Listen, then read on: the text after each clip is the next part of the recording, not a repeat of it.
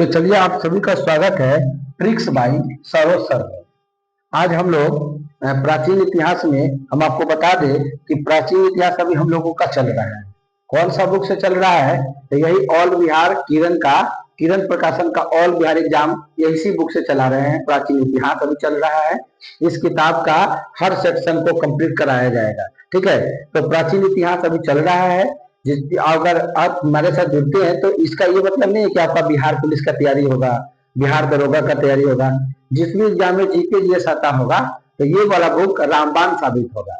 और इसका पूरा का पूरा डिस्कशन यूट्यूब पे हम करवा रहे हैं धीरे धीरे करके। तो अभी प्राचीन इतिहास चल रहा है जिसमें 2 वीडियो बन चुका है। आज तीसरा वीडियो बनने जा रहा है प्राचीन इतिहास का, और 25 प्रश्न तक हम करवा चुके हैं। ठीक है, तो आज हम लोग 26 प्रश्न से शुरू करने जा रहे हैं। तो आप लोग जल्दी से कॉपी किताब निकाल लीजिए, है ना, और आप लोग मेरे साथ डिस्कशन के साथ लिखना स्टार्ट कर लीजिए। तो चलिए हम लोग बिना देरी के क्लास को शुरू करते हैं। 26 नंबर प्रश्न को आप देखिए। 26 नंबर प्रश्न क्या बोल रहा है? 26 नंबर प्रश्न बोल रहा है कि ईसा पूर्व 6ठी शताब्दी में विश्व की प्रथम गणतंत्रात्मक व्यवस्था कहाँ था? तो पूरे विश्व का सबसे पहला जो गणतंत्रात्मक व्यवस्था था, गणतंत्रात्मक व्यवस्था का मतलब होता है जनता का शासन। तो पूरे विश्व में सबसे पहले गणतंत्रात्मक व्यवस्था कहाँ था? तो वो था वैशाली में। कहाँ था? वैशाली में था। पूरे विश्व का, पूरे वर्ल्ड की बात कर रहे हैं, बड़ी बात बोल रहे हैं, भारत की बात नहीं कर रहे हैं। पूरे विश्व का सबसे बड़ा गणतंत्रात्मक व्यवस्था वैशाली का था। तो गर्व से कहिए आप बिहारी है। ठीक है, तो आपका वैशाली हो गया। आइए 27 नंबर में उड़ीसा का पुराना नाम। उड़ीसा के बारे में हम बहुत कुछ बताए हुए हैं आपको। उड़ीसा के बारे में आपको बहुत कुछ बताया है। क्या बताया? पहला, इसकी राजधानी क्या है? तो भुवनेश्वर है। इसका राजधानी क्या है? भुवनेश्वर है। इसका जो राजधानी है वो भुवनेश्वर है। इसका जो पुराना नाम है वो उत्कल है। इसका पुराना नाम क्या है? उत्कल है। उड़ीसा में ही कोणार्क का मंदिर है। कोणार्क का सूर्य मंदिर है। कोणार्क का क्या मंदिर है? सूर्य मंदिर है। यहीं पर जगन्नाथ का मंदिर है। जगन्नाथ का मंदिर है। जगन्नाथ मंदिर को कौन बनवाया था बताइए? जगन्नाथ मंदिर को बनाने वाला अनंत बर्मन था। पढ़ाई थे कल? अनंत बर्मन है। कोणार्क का सूर्य मंदिर को कौन बनवाया था? तो वो बनवाया था कौन? आपको बताए थे ना, गंग वंश के शासक नरसिंह देव फर्स्ट। नरसिंह देव फर्स्ट। ये कल का वीडियो में भी करवाया गया था, रिवीजन करवा रहे हैं। तो कोणार्क के सूर्य मंदिर का निर्माण नरसिंह देव फर्स्ट करवाया था, और जगन्नाथ मंदिर अनंत बर्मन करवाया था। और उड़ीसा में एक त्योहार मनाते हैं जिसका नाम है रज महोत्सव। कौन महोत्सव? रज महोत्सव। कहाँ पे? उड़ीसा में। तो उड़ीसा से इतना सवाल आपको ध्यान में रखना है। चलिए आगे बढ़ जाते हैं। तो उड़ीसा का पुराना नाम क्या हो गया? 27 का उत्कल हो गया। 28 में ये बौद्ध मत का सबसे प्राचीन स्तूप कौन सा है? तो बौद्ध मत का सबसे प्राचीन स्तूप सारनाथ है। कौन है? सारनाथ है। अब बौद्ध धर्म के बारे में बहुत कुछ बता दिए कि बौद्ध धर्म के संस्थापक जो है गौतम बुद्ध थे। गौतम बुद्ध का जन्म लुम्बिनी नेपाल में हुआ था। उनको ज्ञान की प्राप्ति बोध गया में हुआ था। उनका जो मृत्यु है वो कुशीनगर उत्तर प्रदेश में हुआ था। तो ये सब हम करवा दिए हुए। आगे बढ़ते हैं। 29 नंबर, भारतीय संस्कृति का स्वर्ण युग किसे कहते हैं? तो भारतीय संस्कृति का स्वर्ण युग गुप्त काल को कहते हैं।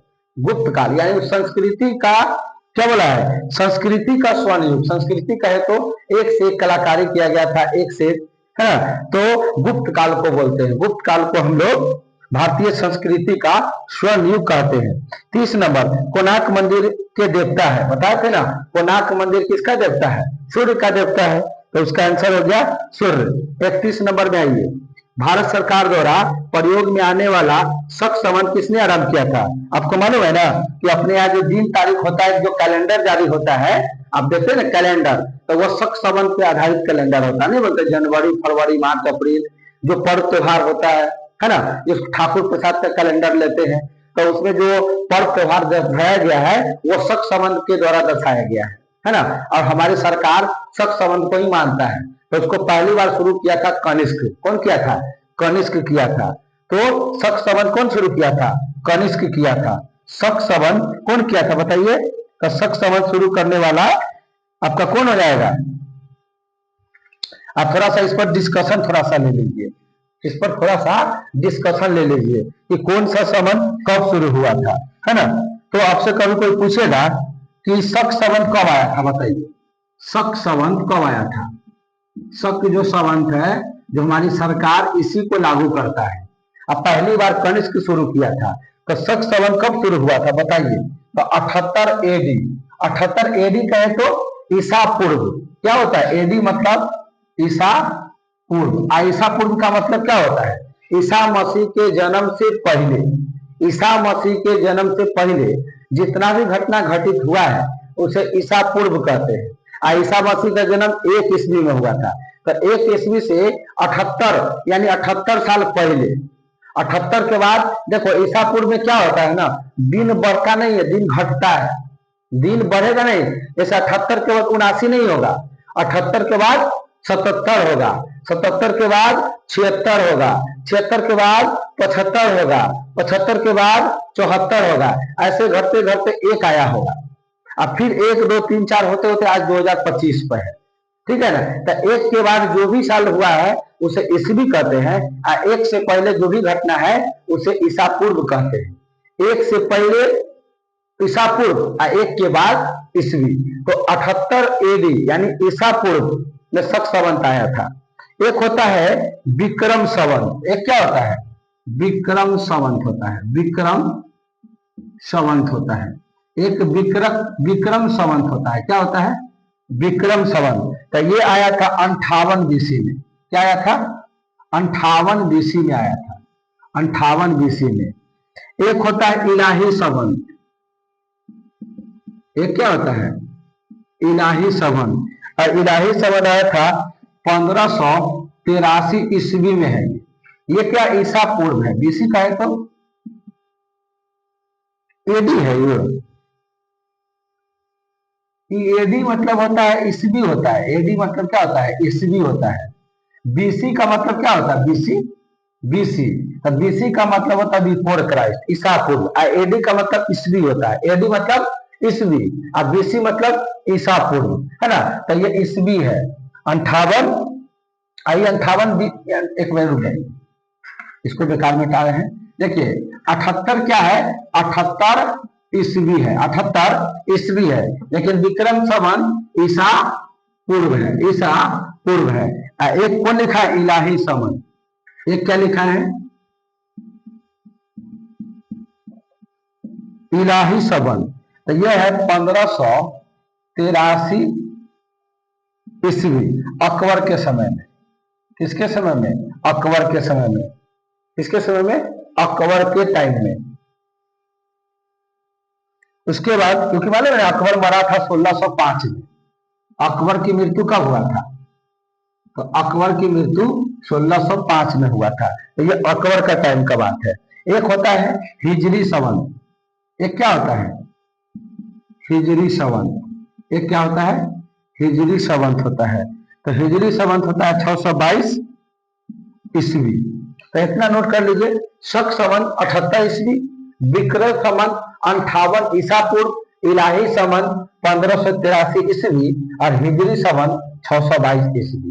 तो ये ईस्वी है, ये ईस्वी है, ईसा पूर्व है और ये ईस्वी है। तो शक संबंध कौन जारी किया था पहली बार? कनिष्क। हमारी सरकार कौन जारी करता है? ये शक संबंध जो अभी का कैलेंडर है इसी पर आधारित है। विक्रम संबंध होता है, इलाही संबंध होता है, हिजरी संबंध होता है। चलिए आगे बढ़ जाते हैं।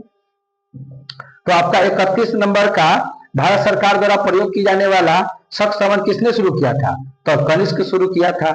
22 नंबर, हर्षवर्धन के शासनकाल में भारत कौन आया था? तो हेनसांग आया था। हेनसांग के बारे में पिछला वीडियो में पढ़ाए थे कि हेनसांग 629 में भारत आया।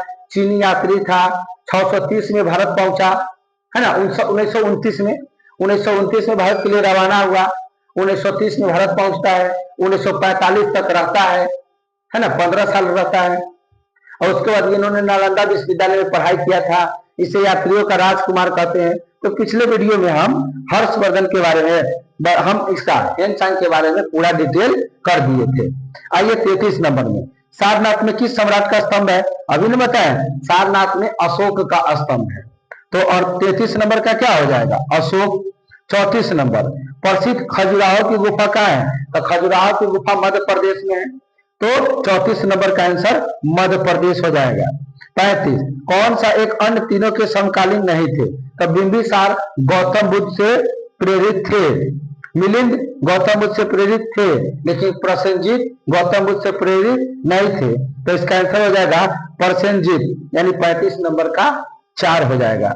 36 नंबर में आइए, निम्नलिखित 4 वेद में से किस एक में जादुई माया और वशीकरण का वर्णन है? पहले वाला वीडियो में हम वेद के बारे में पूरा डिटेल कर दिए थे, तो जो बच्चे नहीं देखे हैं आप देख लीजिएगा, ठीक है। तो जादू टोना भूत बेताल वाला ये सब कौन वेद है? तो अथर्ववेद है। कल पढ़ाए थे कि कौन सा वेद को वेद त्रय में शामिल नहीं किया गया है, तो अथर्ववेद को वेद त्रय में शामिल नहीं किया गया है। ऋग्वेद को शामिल किया गया है, यजुर्वेद को शामिल किया गया है, सामवेद को किया गया है, लेकिन अथर्ववेद को वेद त्रय में शामिल नहीं किया गया है। तो कल हम पढ़ा दिए थे। आगे बढ़ते हैं। 37 नंबर सारनाथ स्थित स्तंभ का निर्माण कौन करवाया? तो सारनाथ स्तंभ का निर्माण अशोक करवाया। 37 का ए आंसर। 38 नंबर सर्व प्राचीन विधि ग्रंथ कौन है? तो सर्व प्राचीन विधि ग्रंथ मनु स्मृति है। क्या है? मनु स्मृति। सबसे पहला विधि ग्रंथ कौन सा है? तो मनु स्मृति है। 39 नंबर गुप्त संवत कब आया था? तो गुप्त संवत कब आया था बताइए? गुप्त संवत 78 ईस्वी में आया था। गुप्त संवत कब आया था बताइए? गुप्त संवत कब आया था? तो गुप्त संवत 319 ईस्वी में आया था। सॉरी, 39 नंबर का गुप्त संवत पूछा है। गुप्त संवत क्या पूछा है? गुप्त संवत पूछा है। क्या पूछा है? गुप्त संवत। तो गुप्त संवत कब आया था? 319 ईस्वी में। क्या आया था? 319 ईस्वी में आया था। तो 319 ईस्वी कर लीजिए। क्या कर लीजिए? गुप्त संवत 319 ईस्वी कर लीजिए। गुप्त संवत कब आया था? 319 ईस्वी हो जाएगा। तो चलिए ये भी हो गया। 40 नंबर गुप्त वंश का संस्थापक। गुप्त वंश का संस्थापक श्रीगुप्त। गुप्त वंश के संस्थापक श्रीगुप्त। अब यहाँ पे कुछ वंश ले लीजिए ना, आप कुछ वंश ले लीजिए। गुप्त वंश का संस्थापक कौन हो जाएगा बताइए?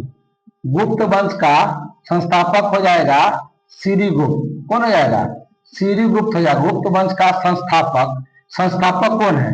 श्रीगुप्त। लेकिन मौर्य वंश का संस्थापक पूछेगा तो कहिएगा चंद्रगुप्त मौर्य। चंद्रगुप्त मौर्य हो जाएगा। कहिएगा हर्यक वंश का संस्थापक कौन? हर्यक वंश का संस्थापक कौन? तब कहिएगा बिंबिसार। कौन सा? बिंबिसार। बिंबिसार। एगो होता है बिंदु जो अशोक के पिताजी थे, ये बिंबिसार है ना, हर्यक वंश। फिर होता है नंद वंश। कौन वंश? नंद वंश। तो इसका संस्थापक है महापद्म नंद। महापद्म नंद। तो ये भी याद रखिएगा।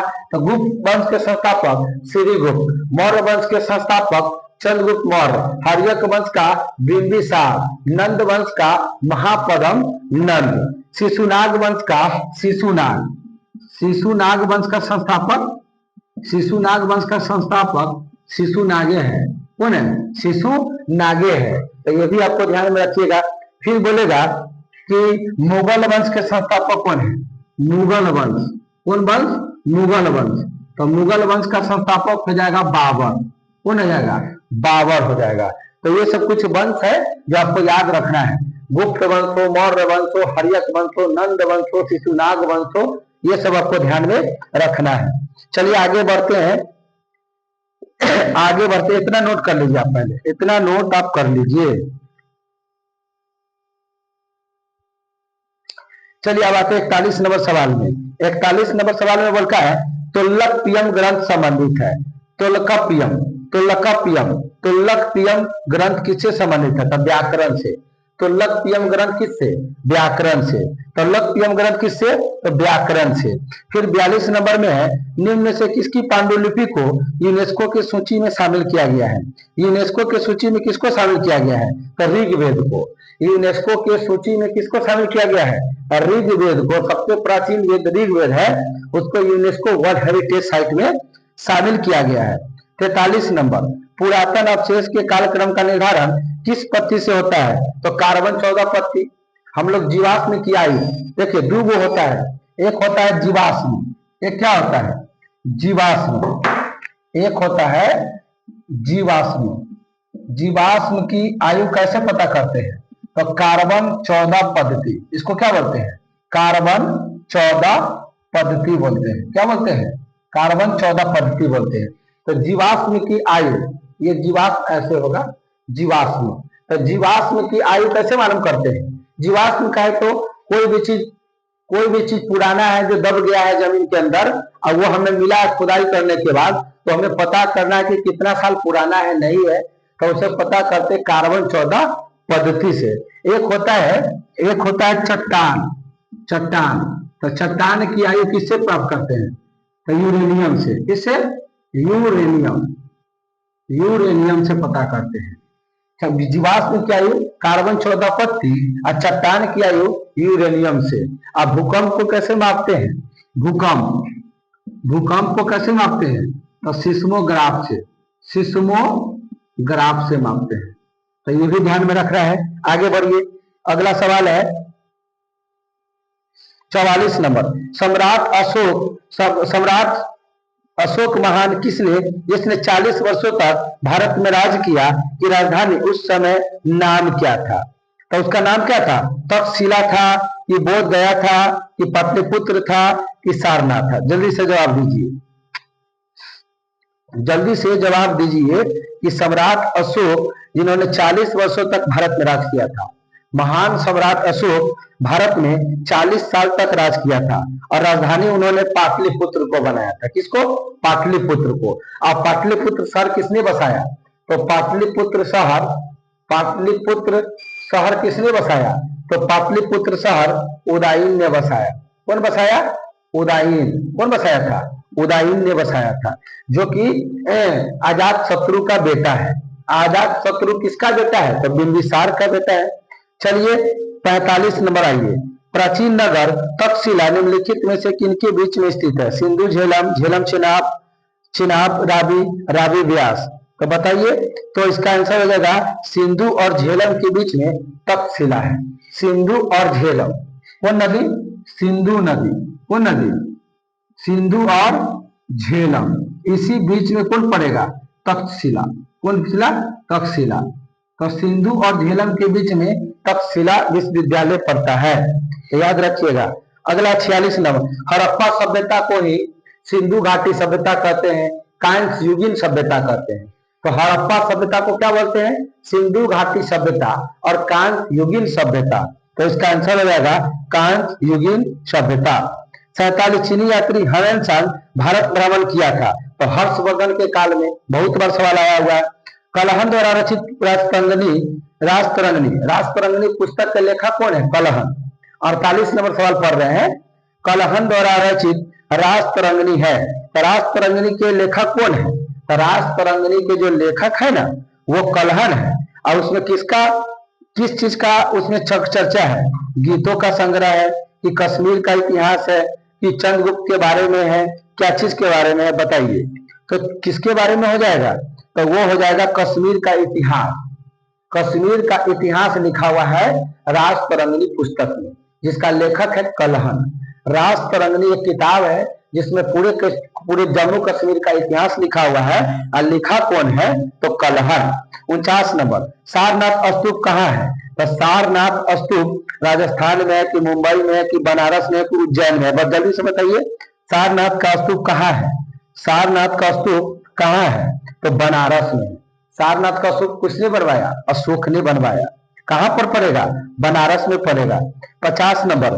प्राचीन भारत का सुप्रसिद्ध व्यक्ति पाणिनि था। पाणिनि क्या था? तो एक खगोल शास्त्री था, कि एक गणितज्ञ था, कि एक दर्शन शास्त्री था, कि एक व्याकरण शास्त्री था? तो एक खगोल शास्त्री था। क्या था? एक खगोल शास्त्री था, कि एक व्याकरण शास्त्री था। तो ये जो पाणिनि था ना, पाणिनि, ये जो पाणिनि है, ये जो पाणिनि है ना, पाणिनि, ये जो पाणिनि है, पाणिनि क्या लिखेंगे? पाणिनि। ये पाणिनि है ना, एक व्याकरण शास्त्र था, व्याकरण शास्त्री था, जिनका व्याकरण के बारे में जानकार था।